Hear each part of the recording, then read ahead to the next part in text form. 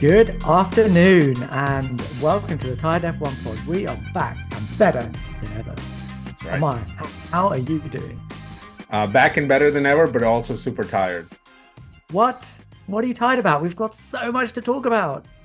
You know what? You are absolutely correct. This has been one of those weeks that has no real news per se, but there is just so much to catch up on. And I think we had a firecracker of a Grand Prix and your home Grand Prix, right? So there's lots to reflect on and talk about. A lot of controversies. This time on track ones, by the way. Finally, right? Yeah. Something to get our teeth stuck into.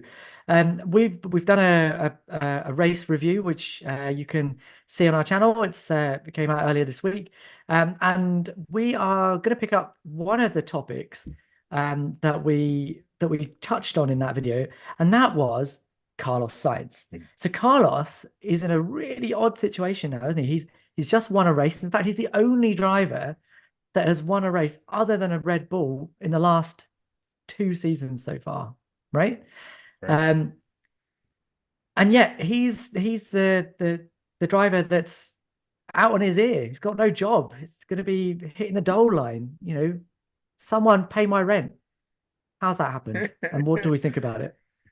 Yeah, so I have become the Carlos Sainz lawyer advocate, if you will. I have been all over social media wherever I have access to, just running this campaign for Carlos to be back in Ferrari because he is really making them look bad, right? With every single passing race, even the race when he was out. I mean, it kind of looks like he would have scored good amount of points. But what does that mean in terms of where he ends up next year? Do you think that, damn it, And Ferrari have made a massive mistake? We don't need a seven-time world champ. We all just right. need Carlos.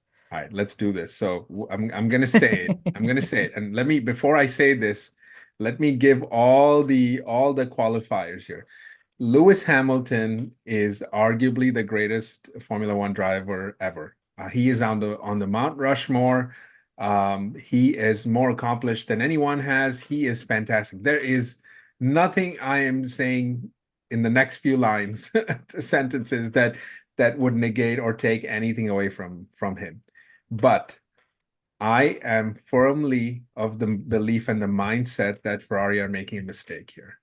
And I will highlight a couple different reasons why. But I'll start with this very simple one, which is I think this is all about timing. And I think that as a team, you want to be in that perfect window of opportunity where the car is great, the team is gelled, the two drivers are competitive, but not competitive enough to the point where it can sabotage each other's races, your constructor's title as a result of that, and really basically eliminate both of them from being or either of them from being champions, a la 2007, if you will. And I think that what Ferrari are going to end up with, given their good trajectory with the car and what next year looks like, this is going to be problematic. So that is where I feel like Ferrari are making a bit of a mistake now. What do you think?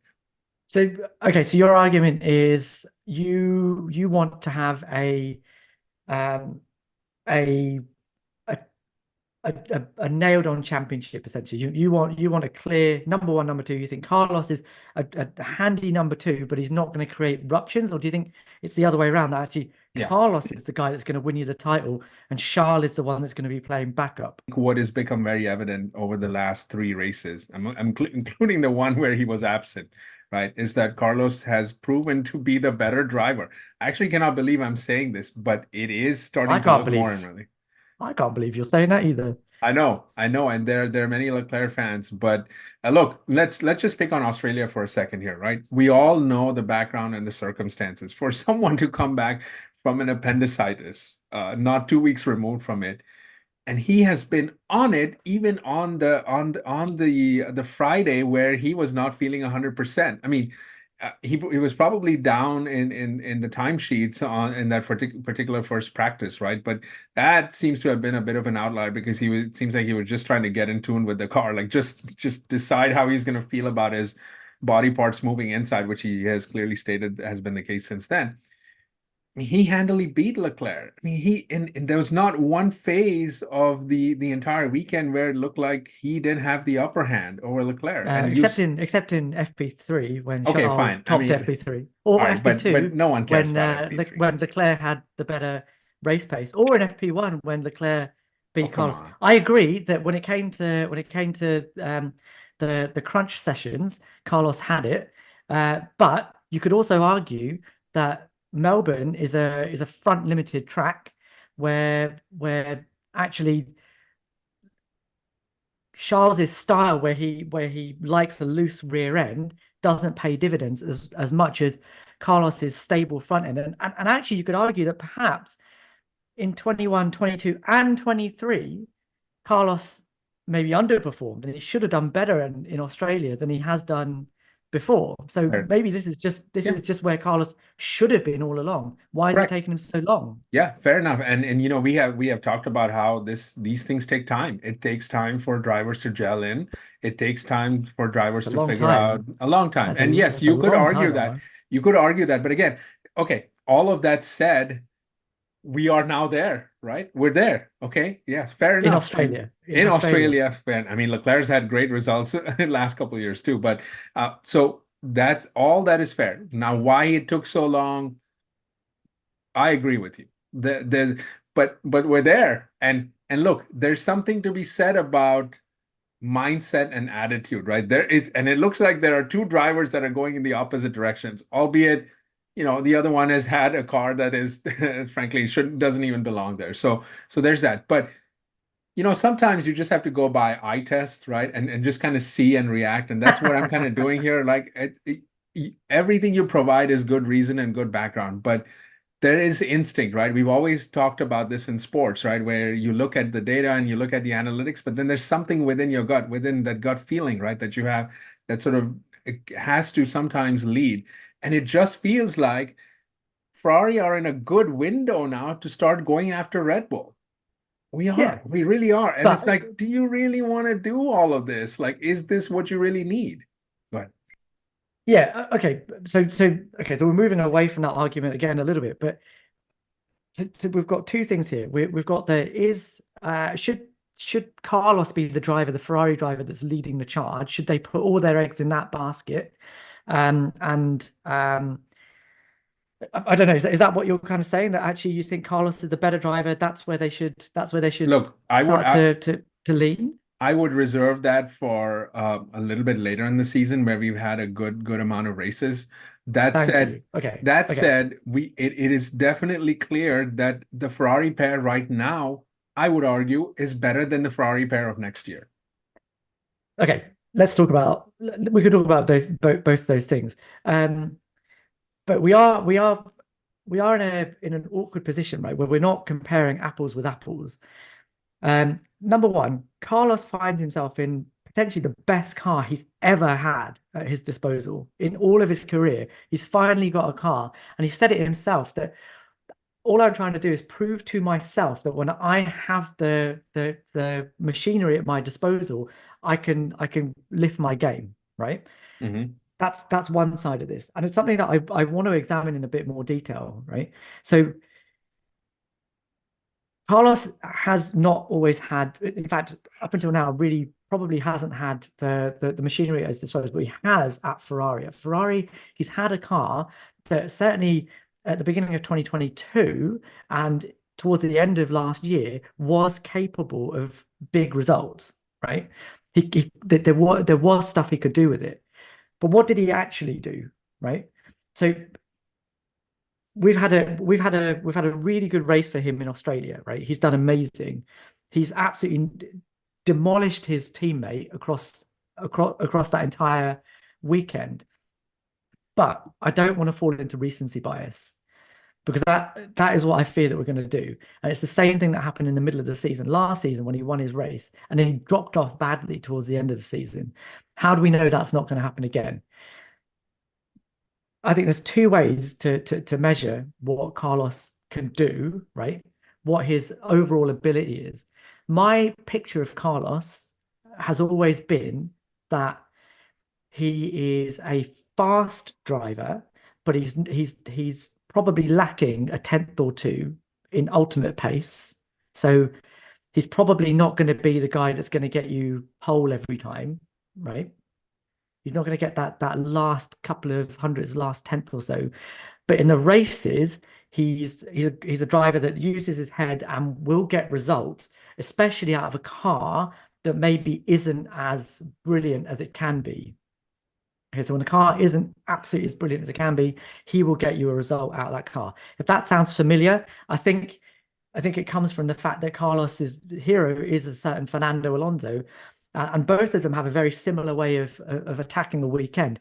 But I think the difference is that Fernando has got a little bit more up his sleeve when it comes to qualifying and can get his car into a position where he's able to do more with it in the races. And I think that's where Carlos lacks a little bit. That tenth or two that he loses in qualifying, he can't always quite make up for it in the race. I've got data for this, man, because I've been looking at this all bloody week, and it's been driving me around the bend.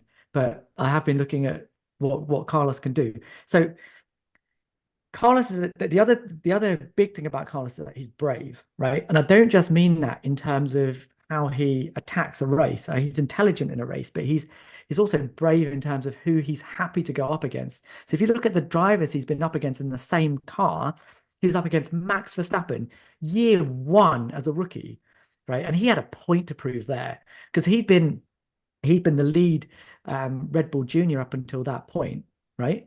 And Max was promoted ahead of him into the Toro Rosso, right? So you can imagine he was pretty annoyed about that. So he came in with a bit of a fire. But what happened? Yeah, Carlos prevailed, right? Or they were very neck and neck, I think. I think it Yeah, was pretty close. well, they weren't a million miles away, right? But this was but when you look at the data, so I went back and had a look at the 2015 season. I looked at all of their times, right? And I looked at both qualifying and the race. That 2015 season was awful for Toro Rosso, right? Because they had loads of problems in qualifying, they had loads of problems in the race, they had loads of DNFs. So there are only a few races where you could actually compare the two of them like for like, right? So in qualifying, when you take all of the outliers and DNFs and engine failures and engine penalties and everything like that out of it, Carlos was on average about 2/10 slower than Max across the season in terms of qualifying pace, right? In the races, he did come back again. And if you look at the races where they both finished, Max's his average finishing position was 10.1, and Carlos's was 10, right? And that was in the head-to-head between them. It's 5-4 in Max's favor. But in terms of the championship, 12 Max finished 12th, Carlos finished 15th. Right? So that tells me that yes, Carlos comes back in the races, but it's not enough to overcome the qualifying deficit. And that unfortunately for Carlos is something that happens throughout the rest of his career. So go on. I'm gonna say this. You are bringing brilliant data and insight, but this all again goes to prove my point, which is this is the exact complement of drivers you want. You have someone in Charles who can grab pole, but you also have someone in Carlos who can come back in the races. And oh, by the way, we have seen the Red Bull not always qualify on pole and be able to better manage its tires, be a better race car. Oh, by the way, Max is a brilliant race driver. I mean, his strength is probably not pole as much as his strength is the race. So this is a perfect complement. But that's why you would then get somebody like Lewis Hamilton into your car, because Lewis has both those things, right? Fine. In the last 2 or 3 races, he's not had the qualifying pace. But actually, again, if you look back at his record against George Russell, and George Russell's probably the hardest the hardest qualifying battle I think he's had. 22, 13, 9 head to head. Last year, 11 all, perhaps with George having a slight pace advantage. But actually, that pace advantage isn't enough for him to overcome Lewis in the races, because Lewis finished third in the championship last season to George's 8th. And yes, there were extenuating circumstances. George managed to drive himself off the track twice. Okay. Right. but what you've got there is somebody that can do both those things, that has good qualifying pace. Maybe not Charles level qualifying pace, I agree with that, but has enough in hand to be able to make it count in the races. And although Carlos has had a really, really good Bahrain Grand Prix, but again, we know that Charles was hobbled by his car, and he's had a really good Australian Grand Prix, but that's one race. Actually, when you look at his record, both 21, 22, and 23, the only season in which Sainz has been able to get ahead is in 2021. And actually, if you look at the race head to head, get ready for this, right? In 2021, Carlos finished fifth in the championship to Leclerc's seventh. But you know what the head to head was in terms of race finishes? Yes, Charles probably had the edge. Leclerc finished ahead 14 times. Yeah, it's probably the DNFs that and did Carlos finished 3 times. That's not DNFs, man. Charles had all the DNFs that season. No, that's what I'm saying. Charles probably had the DNFs that sunk Right. his overall total. Yeah. But in 22 and 23, Charles won the qualifying head to head and won the championship head to head. So Yes. that again tells me that Carlos has got some guile. It was close. It was close in 22 and 23 in the Yeah. races, but Okay. not enough for Carlos to overcome that qualifying deficit. I agree with everything you're saying. There's nothing to disagree about, but we also have to look at the present moment, because Ferrari have never looked as competitive as they have in the past. And so They didn't look this competitive at the beginning of 2022 when they won. I mean, not really. When they won I mean, 2 out of the it first was, 3 races. I've argued this in the past. It's a bit of a mirage. If Red Bull don't have fuel pump issues, that's a different race. Right? Where was it? Was it in Australia, ironically, Yeah, or but Charles was something? winning that race anyway. Charles Okay. had that But wrapped Charles up, wouldn't have had, I mean, whether but Max Max, had a fuel pump issue or not. fair enough. Same in Even so, Bahrain. if Max even finished second in those 2 races versus a DNF, we would have been talking about the championship a lot more differently, right? My point again is But you're that's not what absolutely we're talking about, though. I really need to bring you up on this, because what you're saying is that they didn't have a competitive car, but they did. Their car was more competitive wasn't at the beginning of the season 2022 than it correct. is right now. Was it And Charles was able to be the driver that got the results out of it when it was there. okay? Was that Carlos's first season with No, it Ferrari? was the second. It was the second season. 2021, 22. 22. Okay, correct. Okay. So we have already established that point, right? Where Carlos wasn't there yet. And I'm agreeing with you. But what I'm saying is now it feels like the page is turned. I'm looking at the Australian Grand Prix not by itself. I'm looking at what he did in Singapore.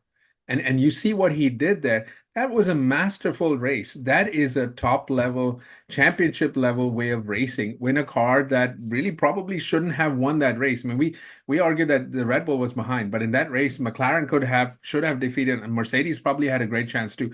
But look at the way he raced. So my point is, yes, the past is the past. You're absolutely correct, and that is a fair criticism of Carlos, that he should have been on the pace months earlier, years earlier, races earlier. But he is now. And what you need as a team is you need, but not just now. I mean, look at Singapore wasn't that far along. Vegas was it was. I mean, Vegas. Where did he qualify in Vegas? Wasn't he second or first? Did he qualify second behind? Yeah, but who was he second behind? Fair enough, huh? Charles. Who's behind Charles? I understand that. So, well, maybe. So I'm not saying that exactly. I'm agreeing with you that this should be the pairing moving forward. That's what I'm saying. Now we can pivot to the next topic. But as a team, you see the history and you see all of that, but you got to see now, and you got to see what the next few months look like, right? And you're catching lightning in a bottle. That's what you need as a team.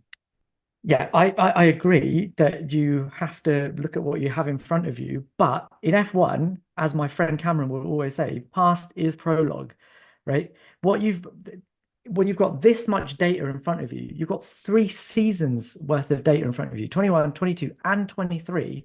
Okay. You've got a pattern that's already established. Okay. The one thing what I will say for Carlos this season is that he started off much better than he has done in the previous 3 seasons. Right? This is the best he has started.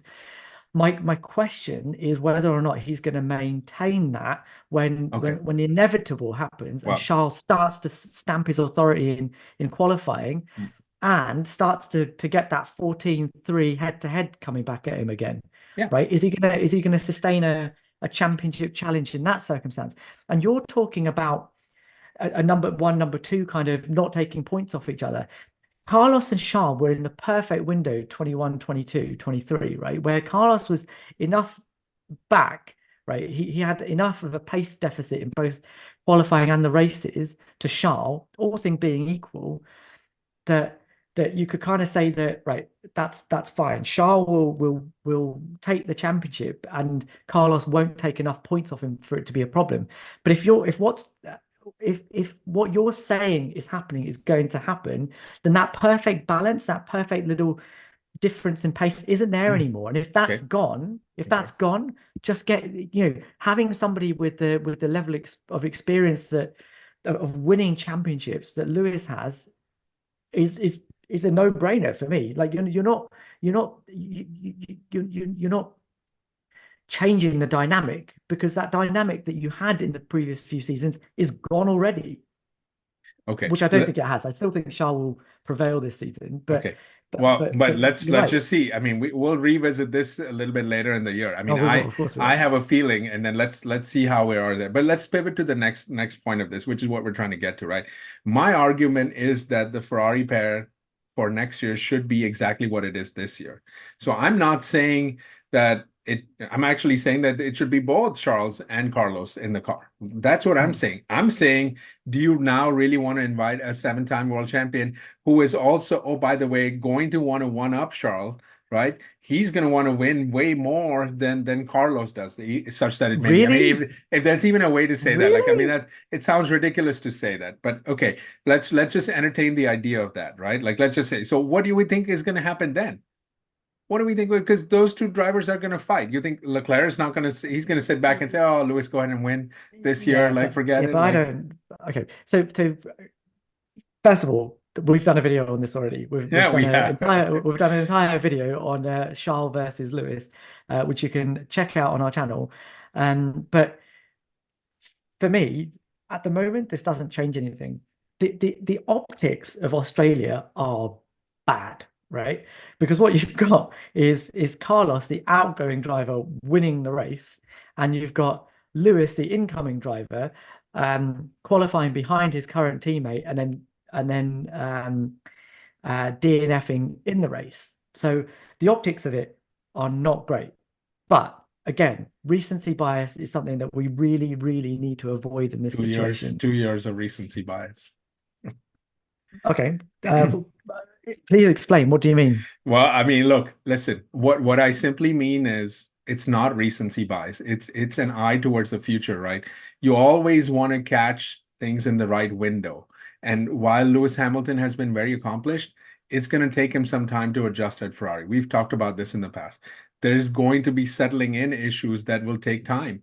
And Charles isn't going to be out there. He'll say all the right things in public, but he's not going to lend a hand to Lewis in any way because he's I going to don't want want him to prove to. Well, himself there, why right? do you want him to? Exactly, exactly. And so as a team, again, I take the step of, I guess I'm being Freddie Wasser here, right? Which is to say, why not why not keep this going? Because if Carlos isn't going to be on pace with Charles, then it's simple. We're gonna put all of our eggs in the Charles basket, and we're gonna go through that. And Carlos, your job is to be what Checo is trying to be for Max, which is just be there, try to get the best that you can out of the car, help us in strategy, whatever that might be. That's a perfect pairing. Whereas if you have Lewis, Lewis is not going to want to just sit back and be Yeah, that second fiddle, right? And mate. neither is Shaw, by the way. And so you're inviting all levels of conflict there where you don't have to. Amar, you're talking about this like a true Tifosi. Me, I want chaos. Oh, I you want want to chaos. see the You best. just want Lewis, basically. I want to see the best drivers in the best cars. If you had Oh, come on. if you had Mercedes make a better car then. Come on. I agree, but they're not. So having Lewis in a Ferrari works out for me, and yeah, I'm very There we go. happy about that. But also, I'd be happy to see I'd happy to see Charles versus Max in a Red Bull. Oh I'd be man. happy to see, Fernando versus Max in a Red Bull. I'd be happy to see Lewis versus Max in a Red Bull. Max is the benchmark driver right now. There is no doubt about that. And I would love to see any of these guys up against him in the same machinery. But at the moment, the closest we're going to get to that is probably Carlos. And Carlos will give him a hell of a fight, an absolute eye-watering fight, In Red right? Bull? At a Is Red it? Bull, yes. Because Carlos is going to give Charles the same thing this season. He's absolutely going to do that. But I don't think that Carlos quite has, based on the last 3 seasons, I don't think he's got quite enough in him to overcome that qualifying Man. deficit in the races. I think that's the Okay. problem. Okay. But I do think that Lewis will have that, and that will create a titanic battle in that Ferrari next season. But the reason that I think, if you're talking about, it's going to take a season for him to get up and ready, what are they getting ready for? They're not getting ready for 2025. Ferrari and all the other teams are getting ready for 2026. Okay, well, wait a That second. I mean, that's look, so Ferrari might have a car that's able to maybe, fight Red Bull next season, but yeah, in they in might even this reality, season. Yeah. in reality, what they've done is they've come close in one race, right? But from what we know, Red Bull are probably going to turn up with a big upgrade for Japan, which is the next race. And if they then make another step, that's another step that everybody has to take. And they're going to keep doing that between this season and the start of next season, Okay, so yes, of right? course, that can happen, but Ferrari could have a better step themselves too. It could be there. It could be there. Coulda, woulda, shoulda, right? But I mean, but ultimately, it could have, would have, what should have we've applies to Red Bull making that step too. At some point, they're going to hit that ceiling too, right? sure, but there's nothing to suggest at the moment that they have hit that ceiling. And That is one and again, if right you're going to break. use Ammar, the problem is, right, what we're arguing between, right, is clear hope on your end, which is that this one race that you have A seen. man can hope. Yeah, sure, but that's what we're arguing between is this one race that we've seen this No, weekend it isn't one a race. harbinger of everything that's going to I, come forward. I Give me disagree with you. I give me disagree some with you. evidence. No, Okay, because then you we talked about this in the aftermath of the Lewis Hamilton news, which is we agreed on feeling bad for Carlos because he seemed to have lost his place to someone that has had a great history, right? And look, yes, Mercedes has not been great the last couple of years, but there is no guarantee that Lewis Hamilton can come in and win too. Just like we cannot just drink the Kool-Aid on what the past 8 years or so out of the 10 at Mercedes have been. Like that too, if you're gonna accuse me of being hopeful of Ferrari catching Red Bull, I think the same can be said about Lewis Hamilton just all of a sudden coming in and winning. Sometimes Oh, the I agree. game There's has no changed, the window guarantees. has changed. I mean, Max is still going to be there. I do not believe that Charles is going to just lay down and just say, "Oh yeah, whatever, let him win." That's not going to happen. And I don't So, want him to. But what you're asking is, are you damaging Ferrari's chances of winning correct. a title in Yes, 2025 by bringing in Lewis? So exactly. if you've okay, so let's take both those examples, right? So because you're talking about two diametrically opposite things. Now, if Lewis comes in and is slower than Charles, why is that a problem? Charles isn't going to lay back and take it. But if you say He's just that, going to go off but if and you say drive. that, then you already have that right now. You already have that. My point to you is, what is wrong with this pairing right now? Other than the shiny bright lights that Lewis Hamilton brings. The only reason Those are Ferrari's shiny bright okay, lights. fair enough. It's mirage. It's a Because mirage. So because that too is hope, right? That too is hope. But you already have that, and we know this. Look, if Formula One drivers take time to adjust to cars, we've talked about this when rookies come in and things like that.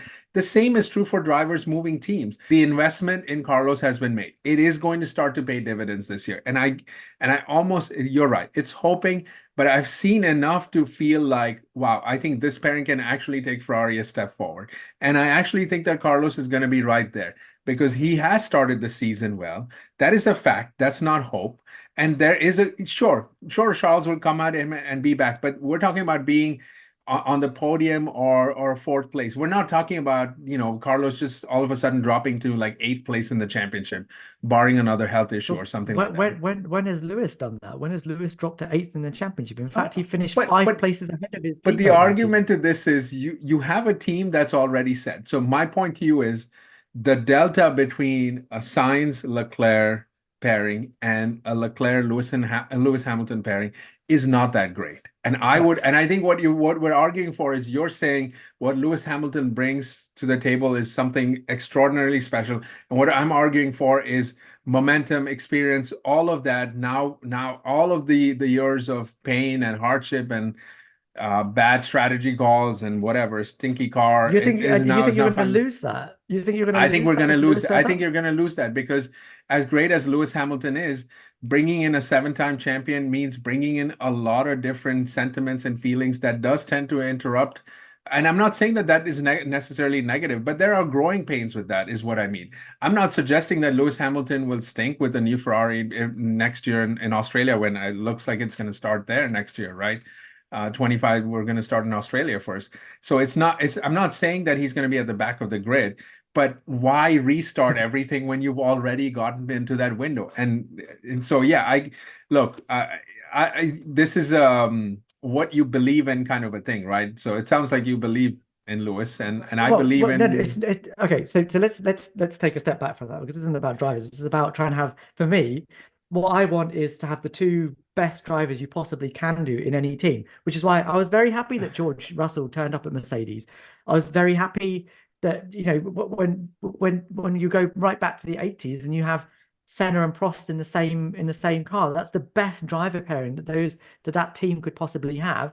That's what they did. That's what every team is trying to get, and that's what Ferrari believe they have done for next season as well. They've got the best driver pairing they yeah, possibly can.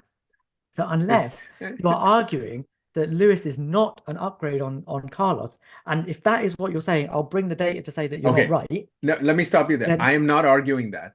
I'm not arguing that Lewis is not an upgrade. What I'm saying is that that upgrade versus positive momentum is basically a wash. If anything, I give more to positive momentum because I would hate as a Ferrari fan to see Hamilton and Leclerc go at it, much like Max and Hamilton have gone at it, and to see that in the same team is one of the biggest nightmares ever. And I don't know that either of these brilliant. guys are going to back. Look at you now. What you want is Kardashians. That's what you want. And what Yeah. I want is, can we just win something? Can we just win it?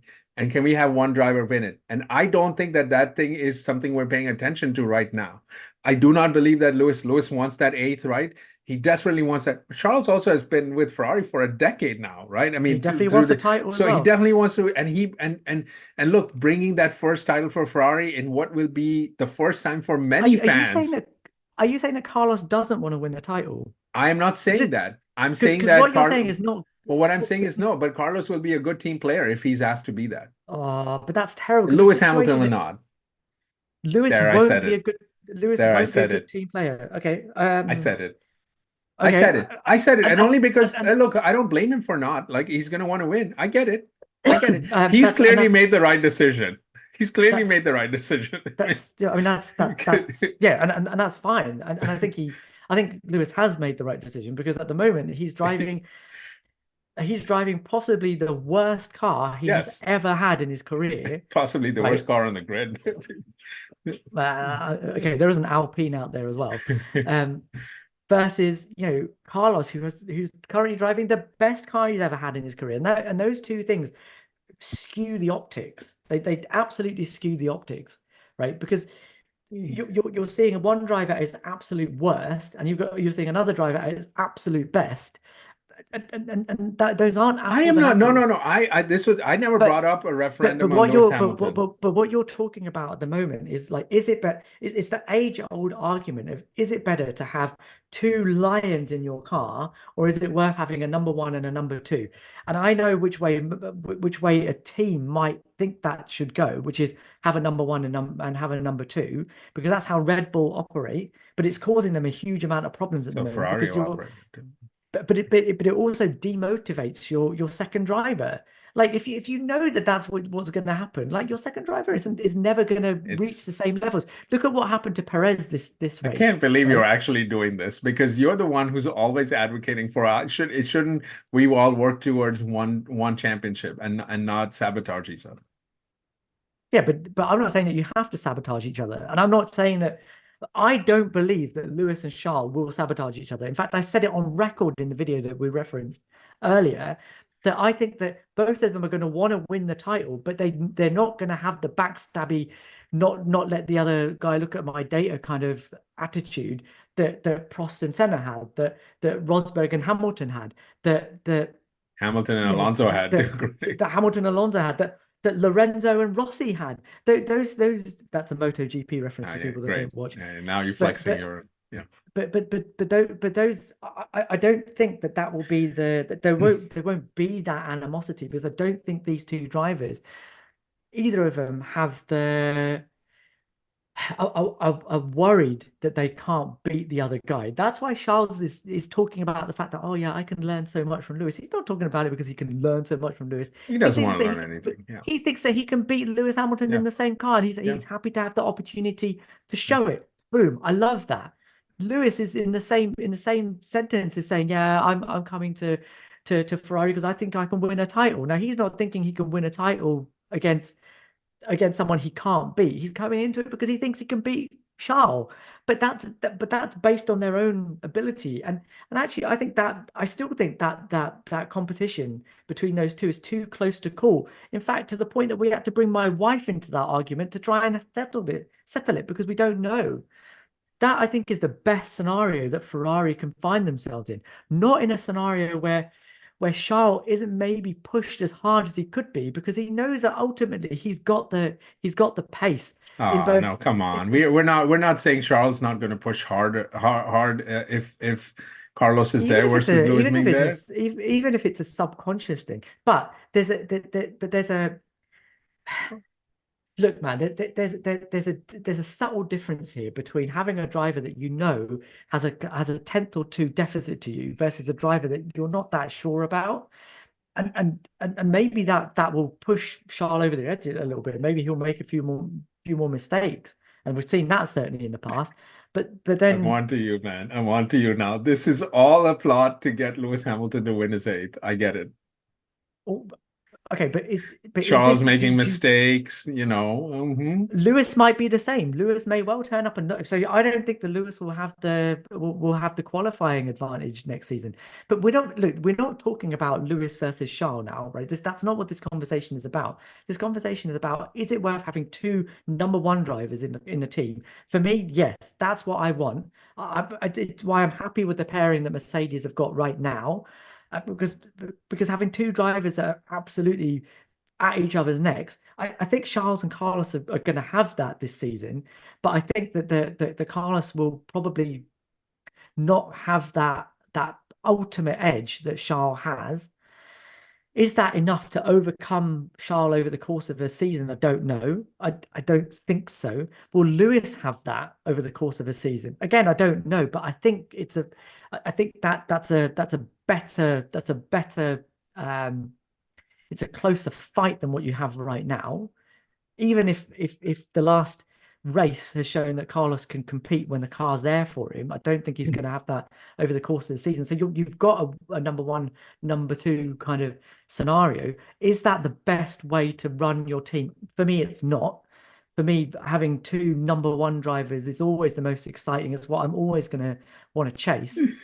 All right, let me ask you this then.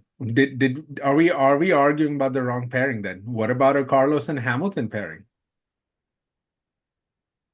No, because I still want the two best drivers So you possible just in the want the two team. best. Okay. Fair enough.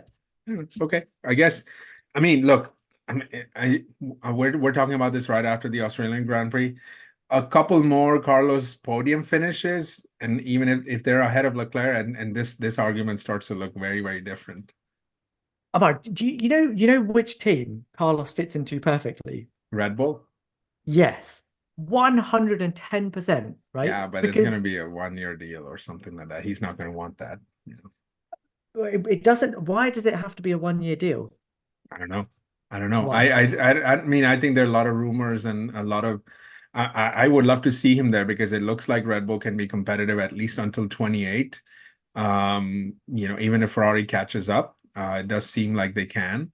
So I would love to see him there. But I also think that Red Bull are pretty much wedded to Max, right? And I don't know that dynamic That can doesn't be need to very change. explosive. That doesn't Yeah, need to change, right? yeah. So one thing we haven't talked about is how adaptable Carlos is, right?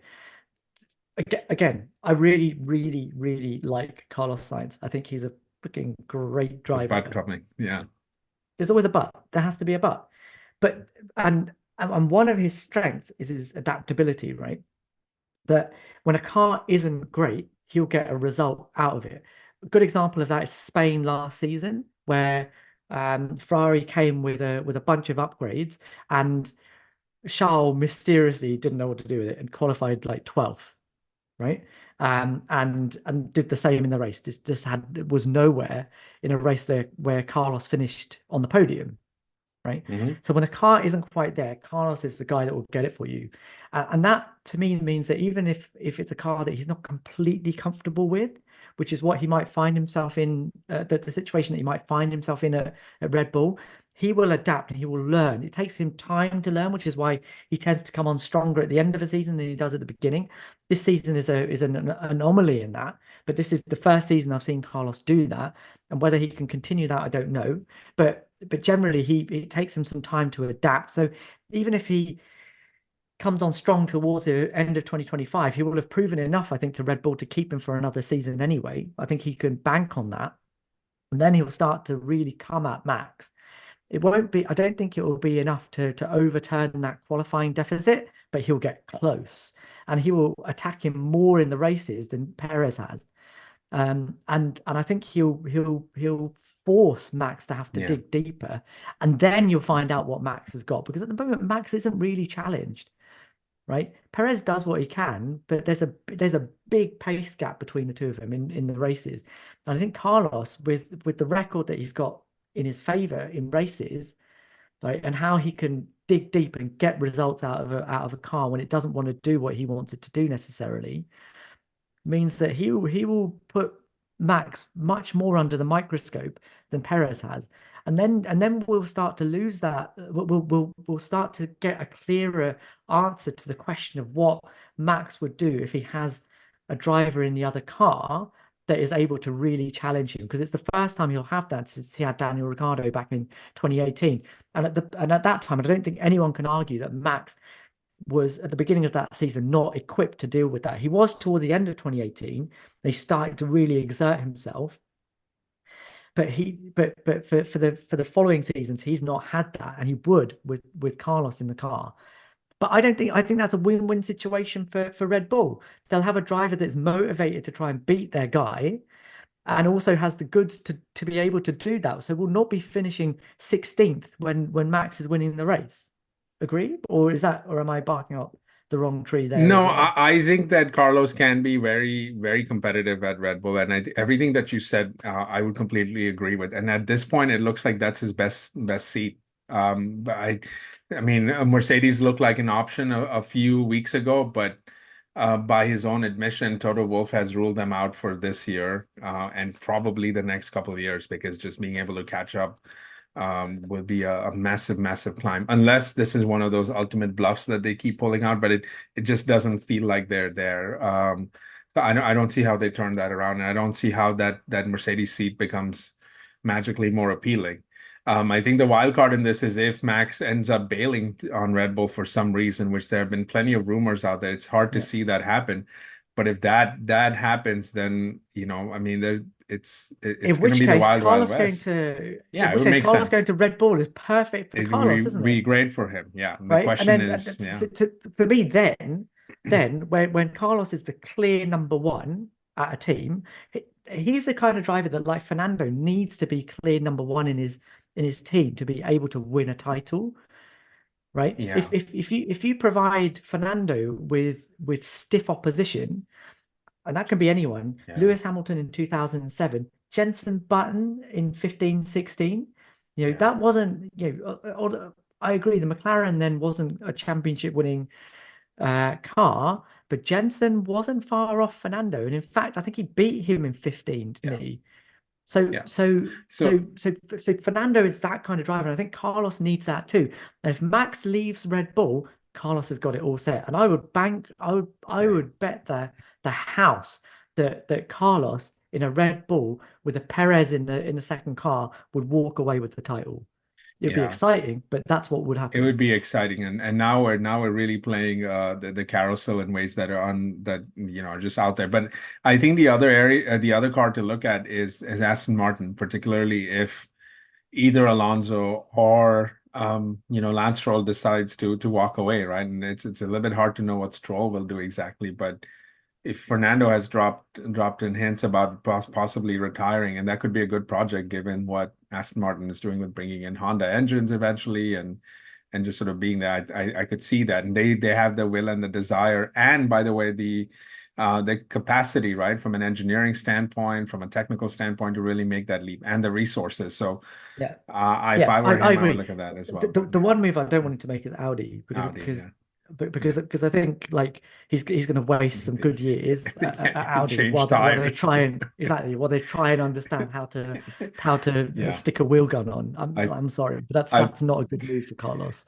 I think Alpha's showing the last couple of, I mean, it's just crazy. Like they need to figure out a way to run a race without changing tires. What is the Oh, penalty mate. for not changing tires? That's probably better than what they're doing right now. Like just put hard tires on, go the entire race and forget it. Just take whatever penalty. It's going to be lesser than what they're spending in the pit Oh, stop. even if they just do a stop go, they just come into the pit lane, That's it. don't change the tires, and then send him on his Just way go. again. Can we just take the yeah, We I would managed to just get do the pit that. stop down to 0 seconds. I would just do that. Yeah, but I think, yeah. So look, ultimately, I mean, for my perspective, I'm starting to feel like we have made a bad move here at Ferrari. So that's my gut feeling as of right now. But this is only an eighth of the way through the season, which is going to Yeah, be a very, very long season. yeah. But I think you need to see the rest of the season, and I think I think recency bias is a big thing here. But it's I do get it, right? We're basically talking about this in terms of two different philosophies about how you want to correct. drive, how you want to run your Formula One team. And if you're going to take a summary away from this, it's this is a battle between Ammar who thinks that it's better to have a clear pace difference between your two drivers because it takes a little bit of heat out of a championship battle, especially when you've got another team up the road that are competitive. I get that. That's a sound argument. But for me, having two drivers in a competitive car that are absolutely raging for it and are at the top of their game, have there's nothing left in their locker uh, in terms of talent and ability and what they're going to give that team, in the cross center mold. That for me, that's the manner. That's what you want because it will because you will take more points. You will take more points off of the other teams, and you will lose by having a dodgy result here or there. And I think you still stand a better chance of winning a title when your drivers are absolutely on it than you would do um, if you've got a deficit between your two drivers. And I know in the comments, there's going to be a bunch of people that are going to bring 2007 up at me and are going to bring 1986 up at me.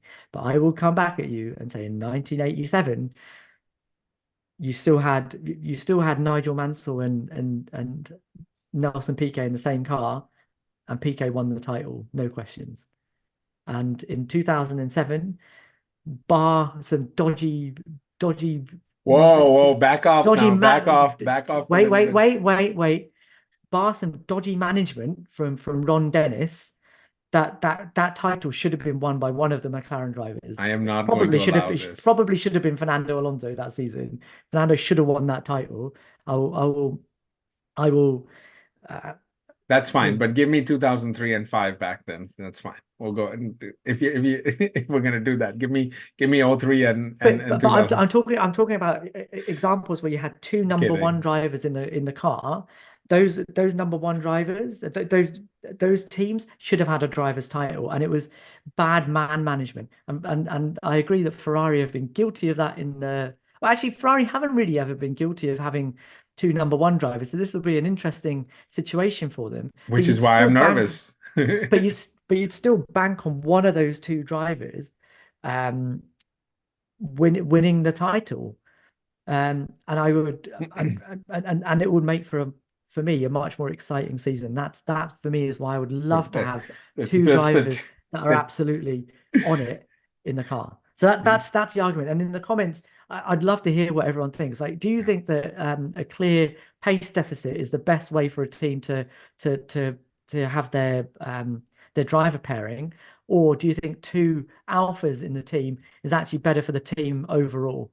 Let us know in the comments, because that's the argument that this boils down to ultimately. Tired Pod subscribers, watchers, thank you for all the love and support. We are close to 300 subscribers, and we wanted to take a moment to thank all of you that have commented, liked, spread the word out there. We have a few shout outs to give out, Shez. Yeah, so even after only 3 months of doing this, we've created a great little community in the comments. Some of you are regular commenters and always give us great things to think about. So just a couple of shout outs to some of the guys that have been talking to us. So first of all, Alice Copenol. Alice, you talk to us every single race. It's really great to hear from you. You're always keeping us on our toes, and you sound like someone that really knows their stuff, and really makes us have to think about whether or not what we're saying is actually right or not. Mikul677, Mikul, I love the fact that you're a brand new fan, and you found us, and that we're able to give you something, because I think one of the things that we're trying to do is educate ourselves and educate you guys at the same time, and bring everyone along for the journey. And Mikul, it's great to hear that you're enjoying the content, and actually some of the questions that you've asked have really made us think about things as well. Slowpat2503, also another guy that's been commenting and making some really great comments. Those are some of the shout outs that I've got. Anyone that you want to talk about? Yeah, I want to give a shout out to DS Scott Stones 2436. You have commented on the fact that if Ferrari keeps improving, they will need to switch drivers to retain the constructors. We obviously just discussed that as well. Shout out to Sergey, who has been a staunch Max fan, and I get it. If I were a Max fan, I would be like you. Also want to give a shout out to Jerome Bonds 637. Jerome, I think you are our top rated and most commenting listener and watcher and viewer. So we're happy. But car appendix los was kind of a nice way to put Carlos in check. In his place. It is a bit it's a bit funny. I love it. And on that note, thanks for watching. Please comment, like, subscribe, share. We'd love our community to grow, and thanks for watching.